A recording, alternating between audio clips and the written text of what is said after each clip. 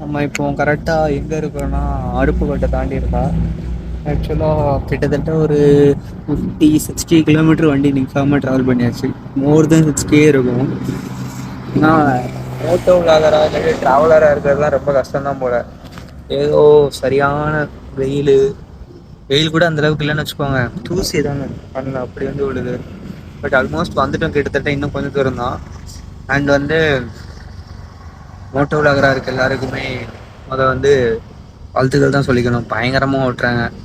நம்மகிட்ட Moto vlogging பண்ணுறது வண்டியில் ஏதோ ஒரு வண்டியை வச்சுட்டு வந்தாச்சு. இதுதான் இப்போ எங்கன்னு தெரியல.